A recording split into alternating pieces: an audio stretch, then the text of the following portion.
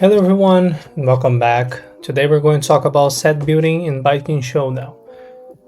So, what is a set? A set is a collection of skills, protocols, and upgrades.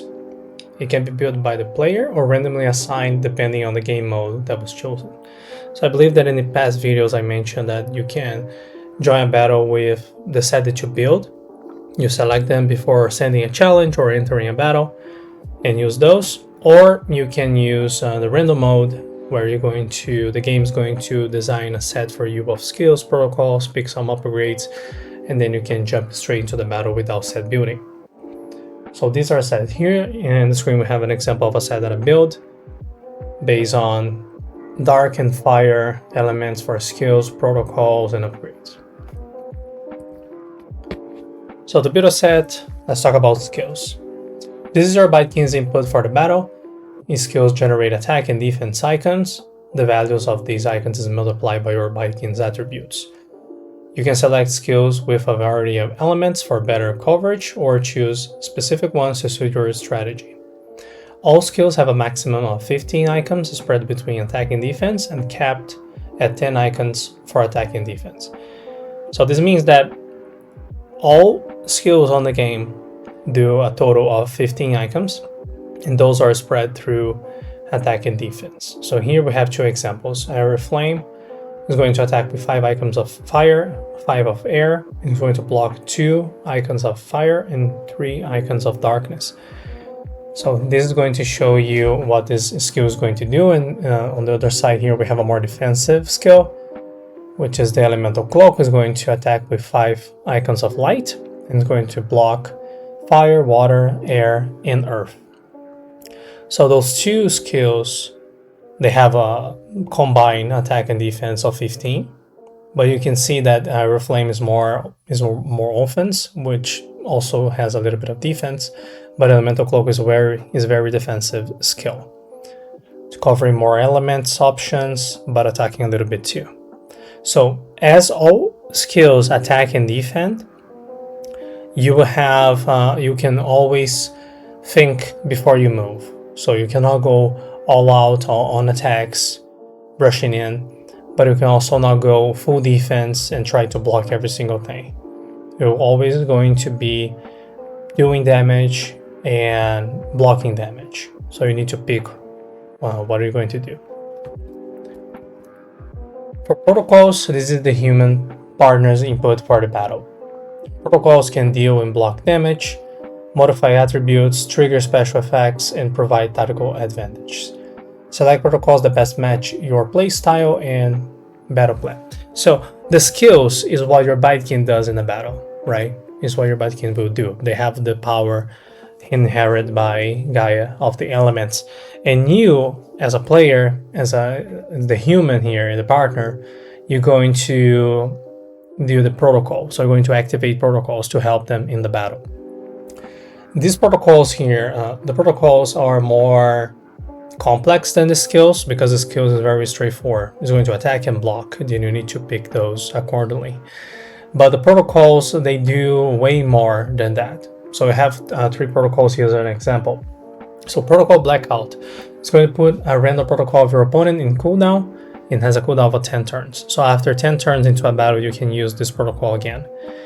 So this protocol is very cool because you're going to put a random protocol of your opponent into cooldown, so you can disrupt their strategy, or maybe they are setting up something for the next turns, and then as you disable one of their protocols, put in a cooldown, you're going to throw off their game plan, so they need to adapt, right? And this is random, so you can put a protocol that has low cooldown into deactivated, or you can deactivate a protocol that has a high cooldown, so they need to adapt. The other one, Protocol Deny, you're going to deny protocol of your opponent, put it into cooldown. It's a cooldown of 5 turns. So let's say here, putting them one against the other, the player A use Protocol Blackout and the player B use Protocol Denied. So Protocol Deny has priority. It's always going to apply first. So in this turn, the Protocol Deny is going to deny the ability of Blackout to activate, meaning that Blackout is going to be in cooldown for 10 turns, but the effect of Blackout was not triggered. So none of the player B protocols was deactivated. So that's what it do. And the last one here, protocol deep scan. Use 25% of your max HP points to review the opponent's skill set. This protocol is once per battle, so you can use it only once. So this is going to sacrifice 1/4 of the HP of your Bytekin, but in return you get the information of your opponent's entire skill set. This is going to reveal only skills. The protocols and the upgrades are not going to be revealed. So this is for you to get intel on what the opposing Bytekin is going to use or is able to use for skills. But in return, you need to sacrifice 1/4 of their HP. So it has that drawback. You get a lot of intel of your opponent, but in return, you sacrifice a lot of HP. So it can be risky. And other protocols that is going to also impact the game, trigger special effects. So you need to pick them carefully, doing a combo with your upgrades and your skills and like the way the stage of the game, right? Because as you start a battle, and you can do protocols that are more beneficial in the early game, and then as you're developing the battle, you can pick the ones more that apply better. The last piece of the set is the upgrades. So in this part, if the skills are the inputs of the Bytekins and the protocols are inputs of the partners, the human partners, the upgrades are a combined force of them too. So upgrades is going to increase your Bytekin's damage with one element and resistance to another while weakening defense against a third. Select upgrades that synergize with your skills and protocols. So here, when you have in your set, you're going to have 2 upgrades at the moment. So you can carry them to a battle, but they're going to be activated by you. So they're not passive. So they're not going to be activated automatically. And the idea is for you to pick the best upgrade that matches not only your set, but matches what the opponent is showing to you, right?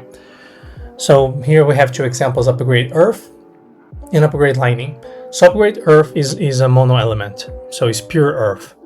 So the bonus to Earth attack is going to be 30%, the resistance to water is going to be 30%, and the weakness to dark icons is going to be 30%. And upgrade Lightning is a hybrid upgrade, so it's going to spread this buff of 30% into 15 and give you 2 elements. So upgrade Lightning is going to buff your light and fire attacks by 15%. It's going to improve your resistance to dark and air by 15%, but it's going to increase your weakness to earth and water. So the idea is to carry on these 2 upgrades into your set, and then you are going to activate them based on what you have on your set to increase and cover for what your set is going to cover in terms of attack and defense of icons and elements, and also to adapt to what your opponent is doing, right? Because let's pick, for example, upgrade Earth. Upgrade Earth is going to increase your resistance to water. So maybe in the first 3 turns you don't want to upgrade, so you don't have access to the buff to Earth attacks, but you collect intel on your opponent and you see that your opponent is using a lot of water skills and trying to do water combos into you. So what you do is that you use upgrade Earth, which is going to amplify your damage of your set, and it's going to improve your passive defense to water. So you're going to get a lot of benefit from that. But let's say that you upgrade in the first turn because you want to capitalize on the buff as much as possible. So you upgrade Earth, your opponent sees that you have upgraded Earth, so now they're going to adapt blocking more Earth using their skills and protocols, and even upgrade their Bytekins to have more Earth resistance. But also they can invest more on dark attacks because they know that you have weakness to it. So this gives another layer of strategy when it comes to set building and also inside the battle. So you need to be very cautious of what you're going to do regarding the upgrades. So you cannot blindly go and activate as soon as possible to get the buff, because yes, you get the buff early from the very beginning of the battle, but you also show what you're going to do to your opponent, allowing them to adapt. So I think this is very cool, and also this solves the situation of bytekins not having elements by themselves, right? Because if each bytekin has their own element, which they're going to hit harder with it and resist and be weakened to others. What's going to happen is that this is going to create a meta around the bytekin species, meaning that one species is going to be better than the other, depending on the strategy the user is going to use. And I didn't want to do that. I want you to pick your bytekin because how they look, their personality, like pick the one that matches you the best. And then the elements of the strategy and differences, we let it for the sets. So you have more freedom on that regard.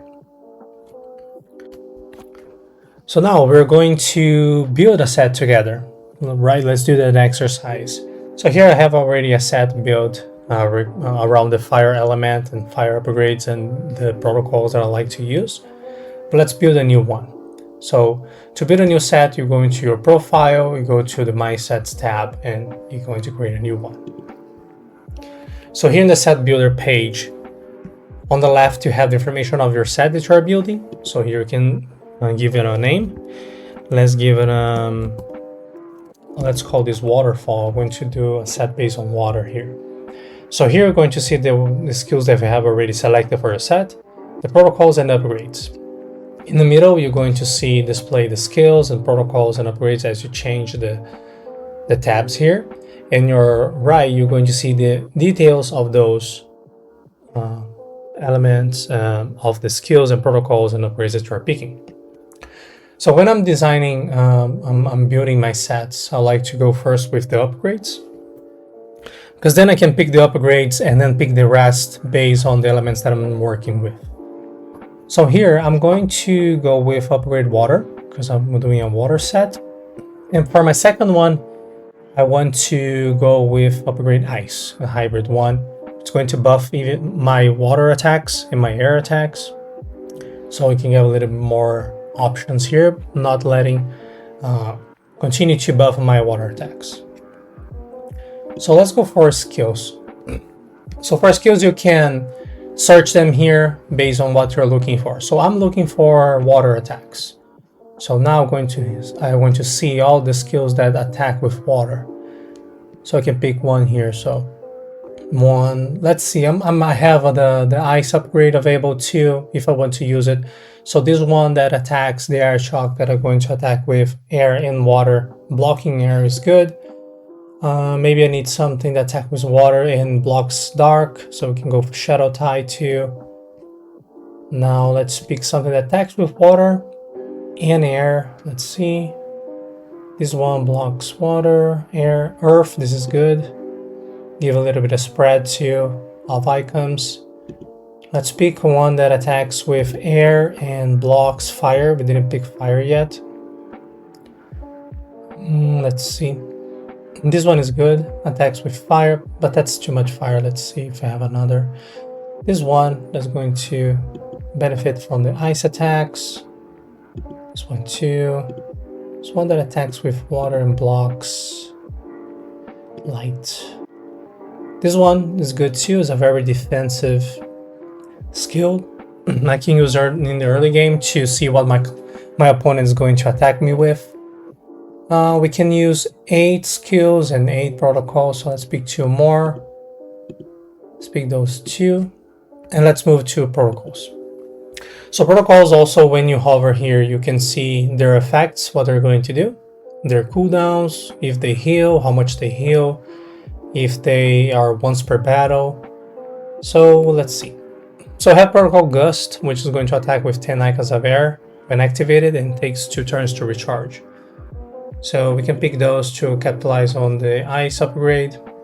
Let's go with Downpour 2, which is a water attack protocol. I like to pick the protocol Deny 2 to give me some momentum during the battle, denying the protocols of my opponent as I'm recharging mine. Speaking of recharge, let's go with protocol Recharge, which is going to reactivate a protocol of mine that is at random, as a cooldown of 10 turns. Let's pick this one. Let's pick the let's see, Protocol Overdrive, which is going to trigger overclock for the turn. So you don't need to rely on luck to overclock, and so I can pick this one to increase my damage for a turn if I want to. Let's pick a protocol that heals too. So we have 2 here. So Protocol Overheal, which is going to overheal 6 points of health once per battle. And Energy Absorption 2, which is going to heal 50% of our max health.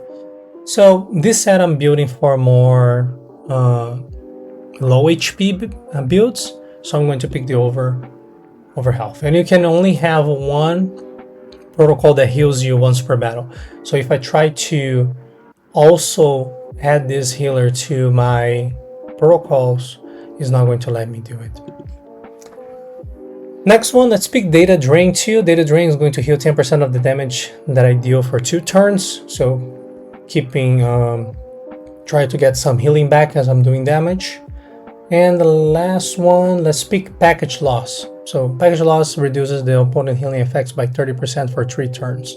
So this is very useful when your opponent is low HP. You expect them to heal in some way. You can activate this in around these turns that you expect healing to reduce their effect, so they don't heal that much.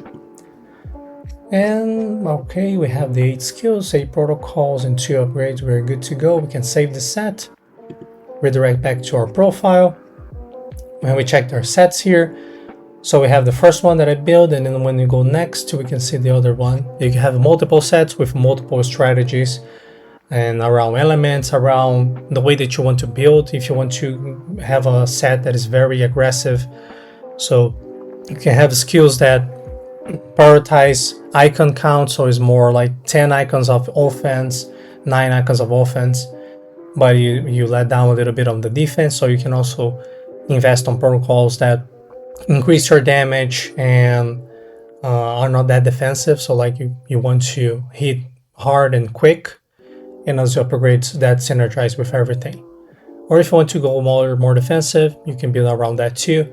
Always depends on your strategy, what you're going to do. So you can build a set that is aggressive, one set that is very defensive, one set around water element skills, another one around earth, and you build those sets and let it here.